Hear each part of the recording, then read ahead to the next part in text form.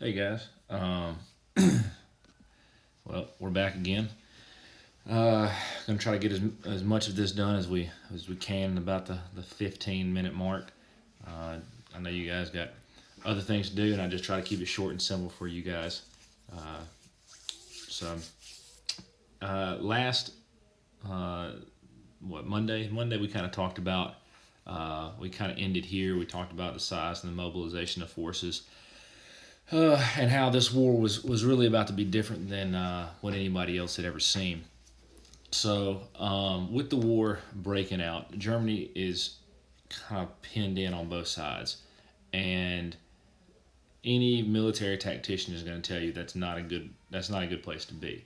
So Germany comes up with this plan called the Schlieffen Plan after General Alfred von Schlieffen, and it's the best thing we're going to try to do is we're going to try to take France out of the war really quick because it's going to take Russia, since they are so big, it's going to take them a little bit to get everything organized to fight us. The I mean, with everything the Schlieffen's plan detailed, speed was the most important thing. Um, they decided that instead of trying to go through France's fortified border with Germany, they were going to try to go through Belgium and Holland, and hopefully by hitting it quickly, uh, no one was going to be able to mobilize in time to really stop them.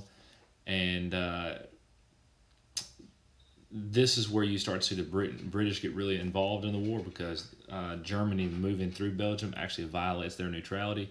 So that's kind of a jerk move on Germany's part. Um, the other thing with speed being kind of the main detail of this plan. The other issue, one of the main issues with this plan, is that it relies off perfect scenarios. It's relying on everything to come down to just everything to align perfectly, all the stars to align perfectly. And if you know anything about, I mean, most of you guys are athletes, so if you know anything about sports, you know that when you come up with a plan, a lot of times there's changes, and that you can't just stick with that plan. Everything's kind of changing. Well, warfare is the same thing. My dad used to tell me, always have a plan B because plan A won't work. And the Germans didn't really have a plan B. They just had a plan A. Not one of the other issues they had with it was that they kind of miscalculated their enemy and thought that though the British and French were struggling, that maybe, oh well, they're struggling too much, they won't be able to put up much of a fight. Well, it really wasn't as bad as they thought it was. Um, they also miscalculated the ability of the Belgians. They didn't think the Belgians were going to fight very hard, and they did. Um, and it took little account of Allied counter moves. And then there was this general named Alexander von Kluck, and I'm just going to go back one slide here. So you see this map. This is a map of the Schlieffen Plan. And if you see this last line to your left, this last black line, this is actually where Van Kluck is supposed to go.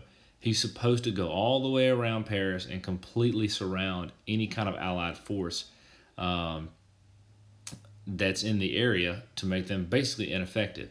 He doesn't do that. In fact, he cuts back around Paris to go help out the German Second Army.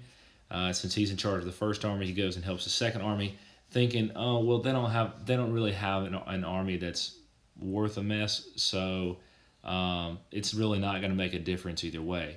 In reality, it did, and these forces are able to get together and they fight the Germans at the Battle of the Marne and they defeat them.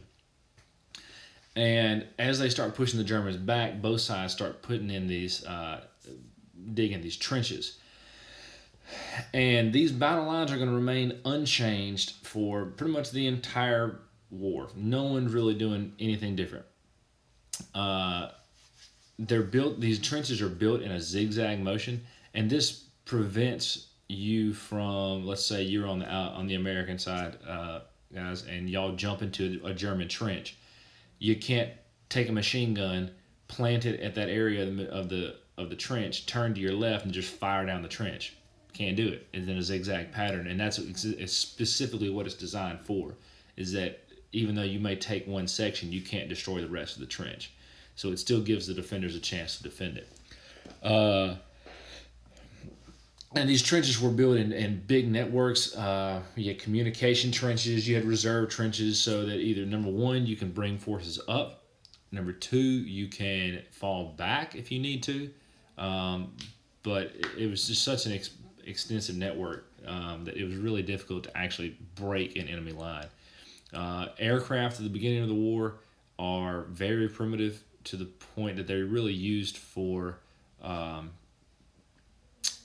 spying, and a lot of times these planes would fly over the enemy lines, and they would see, oh hey, look, the British are building up in this area and attack's about to come. So a lot of times the Germans would know the attack is going to come and where it was going to come, and the same with the British. So this just led to an onslaught of bodies. And the other thing, just an interesting little fact about the aircraft at the time, was that you know what, I'll tell you what, I'm going to save it for number 5 when we get there. So advancements in weapons, this is just talking about the 6 main advancements that really kind of played a role in this war. That really, you had machine guns at the time, but not to the degree they had here. Very, very primitive ones. So you had machine guns, you had long range artillery that was pretty mobile, poison gas, tanks, planes, submarines. So machine guns, kind of like what you see here, they're a little more fluid. You can move them around. You can hit different corners of the battlefield. They were a lot easier to move as well than some of the other primitive ones. But they weren't the kind that you're just going to strap to your hip and just roll in the battle. It's not like the kind of stuff we have now. They had a lot of hoses and things like that to try to keep things cold, so they didn't overheat the barrel. Your long-range artillery looked pretty big. Poison gas tanks, and the interesting thing about poison gas is no one really knew how to deploy it. So what they would do is they would just try to use the wind. They just grab a big canister, throw it out, and let the wind take it over there. But you guys know as well as I do, wind can change, and so there were cases where the Germans would throw the gas out and it would just blow back into their trench and kill some of their guys. They had tanks. These tanks, as effective as you think they would have been, really weren't. They broke down more than they did anything else. They had submarines. The Germans primarily used these things because they didn't have the Navy to battle with the British.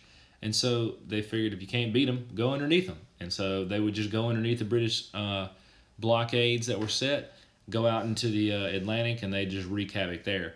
Planes at the time, again, they were used originally for reconnaissance, but then as times got farther in, they started using them for aerial battles. And these machine guns that they used were put right there on the top. So I guess if you guys drive and you're driving your steering wheel of whatever, your car, your truck, or whatever, in a plane like that, the machine gun would be right on your dashboard, right in front of your steering wheel. So you're having to fly and fire at the same time. And the thing about it, at first, they didn't understand that you had to have the machine guns timed so that they could shoot in between the propellers. Because at first, their first test goes, they were actually shooting off their own propellers. And so once they got that figured out, they were a little bit more effective, but still the machine guns on the planes actually jammed a lot. They didn't really have any way of fixing it, so they just kind of gave you a hammer and said, well, look, if you can kind of beat the jam out, and then all the power to you. But it's not exactly a good place to be when your guns jam and you're 15,000 feet in the air and you're being shot at and no way to defend yourself. Kind of tough. They also didn't have parachutes. I don't know if you guys have ever seen the movie Flyboys. I meant to include that link in the Edmodo. But they didn't have parachutes. They had a pistol. So if you got shot, and let's say your plane caught fire, you can either jump to your death, you can burn with it all the way to the ground, or you can just shoot yourself and just end it, because there really wasn't any way of getting you out. So on the Eastern Front, the battle lines are shifting back and forth because none of these armies are really digging into trench warfare. And due to that, there are tons of losses of life. The Russians are going to suffer their biggest defeat, the Battle of Tannenberg. They suffered 30,000 killed or wounded. 90,000 Russians are going to be taken prisoner, and 400 Russian artillery pieces are lost. So it's an absolute disaster for them. Not to mention, only 13,000 Germans are killed. Now, I say only, that's still a lot, but compared to the Russians, that's almost nothing. Italy jumped ship. In 1915, they declared war on their own ally because they had a secret treaty that said that if they do declare war, they'll be given some of the land that Austria-Hungary loses after the war. And they end up getting blown to pieces in an engagement at Caporetto and retreat in disarray, and you'll actually see a lot of desertion going on at this point. And if it wasn't for the French and British basically have to step in there and save their butts. And this isn't the last time. World War II, we'll see the Italian forces are just really not that good. And this is a map kind of show you guys the African colonies and show you the extent of where this war is going. So the war was fought all around the world. Japan, who was allied to Britain, took the opportunity to attack a lot of the German islands. The Ottoman Turks are allied with the Central Powers, and they're trying to do their thing. They're attacking the British in Egypt and trying to attack the Russians. But then the Allies are also in colonies in Africa, and they're taking that opportunity to attack the fewer German colonies that are there. So this war is really stretching all over the world. One thing that I thought would be kind of interesting to include is that there was a battle in the Ottoman Empire in the Dardanelles and Gallipoli. And the person who was in charge of this is a man named Winston Churchill, and he's the political head of the Navy at this point. He's kind of an arrogant guy. He thinks of himself as like this elite strategist. And he comes up with this idea of a seaborne landing, a beach landing, that could take the fight to the Turks in the war, basically because it would eliminate the Turks and put pressure on Bulgaria and people like that to surrender. Well, this operation turns out to be a massive failure and a plan that's almost identical to D-Day. It becomes trench warfare. Regardless, it's a failure. It doesn't accomplish the mission.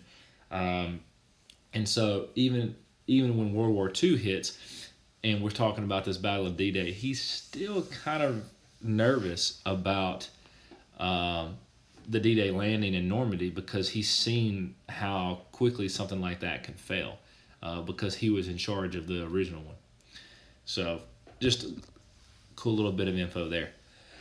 So some information to know about the home front and this idea of total war. Everybody was involved in the war. So all countries, they had included this conscription, basically the draft, where they just you had a draft number, they called you, you went and served. The governments would ration food, boots, gasoline. They did the same thing in World War II. People had like freedom gardens and things like that. They also instituted economic control, like setting certain prices, and we're like, look, y'all don't need to be striking right now. We got too much stuff going on. The British instituted a way of economic warfare and basically just blockaded the German ports. Now, international law basically said you can't keep food from coming into the ports. The British blocked it anyway. And so Germany was suffering. They couldn't get the food or the weapons that they needed. Germany decided that, we're gonna if we can't get through their blockade, we're gonna try to crush them in a different way. And this is when they use their U-boats or submarines, and they raid the Atlantic. And probably one of the more famous ships that they sink was the Lusitania. And it kills 1,200 people, including 128 Americans. The world erupts, and they're like, oh my gosh, how could you do this? Well, the Germans were like, y'all are using civilian ships, allies, y'all are using civilian ships to hide weapons. Pretty sure you are.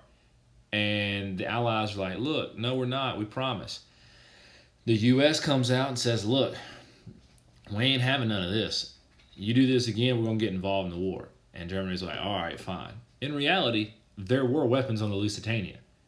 So Germany's intelligence was correct in that. The Allies were lying. They would use, all sides were using propaganda. So they were spreading the ideas to promote or cause damage to an opposing force. And they just kind of most of them would depict the Germans as brutes. And this picture to your right is an example of this propaganda. It appeals to people's emotions when you see the fish and you see this woman and her baby sinking to the bottom of the ocean. What they're basically saying is you're defending these people. If you go up there and you fight the Germans, these brutes, you're defending these people. And some propaganda posters actually depicted the Germans as guerrillas. So, yeah. The women are going to join the war front or the war effort. They're going to help manufacture the weapons and supplies as the men go off and fight. They basically take their places. And some of them are even going to serve as nurses on the battlefields. Vera Brittain is one of those, and she actually described her ordeal in France, quoted by saying that her days were spent stopping hemorrhages, replacing intestines, and draining and reinserting innumerable rubber tubes with gruesome human remnants heaped on the floor. So, pretty disgusting. And morale really starts to collapse by 1917. They were all kind of starting to figure out that this wasn't the war that everybody had thought it would be. There was no romanticizing this. Everybody had thought there was going to be some, glorious combat situation, and it wasn't. It was a stalemate, massive losses of life. It was just disgusting. It got to the point where Germany was actually sending 15-year-old kids to the front line because they were getting so desperate for personnel. Britain's on the brink of bankruptcy, long casualty lists, food shortages, failure of generals to win promised victories. All of this kind of compounds to this call for peace. And war poets and journalists and all these people who have, instead of praising the glorious deeds and all this that you would probably see in some of the pre-war material that really kind of romanticized it, now they're denouncing it. And one of these examples is a poem written by a poet his name is Siegfried Sassoon, and he was actually a soldier on the front lines in World War I. And he wrote this poem over to your right, which you're going to have an assignment on in just a second. So additionally, French units are going to mutiny, Italian troops desert after the retreat at Caporetto, like I had said. And Russian soldiers literally just put their guns down during this revolution that had kind of reignited during the First World War. They literally just put their weapons down and walked away. And so this was good news for Germany because they could now focus on one front. But it just kind of meant that the war was just going to drag on forever. So, big thing, I want you to read this poem on your right because it is going into your next assignment, which is what is the author trying to point out in the suicide in the trenches? How would you compare or contrast it to Charge of the Light Brigade? That's it. 2 questions. No big deal. All right.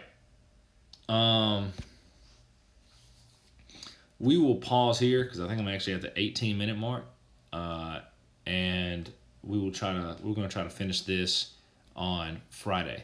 So hang in there, guys. Hope you guys are doing well, and we'll see you Friday.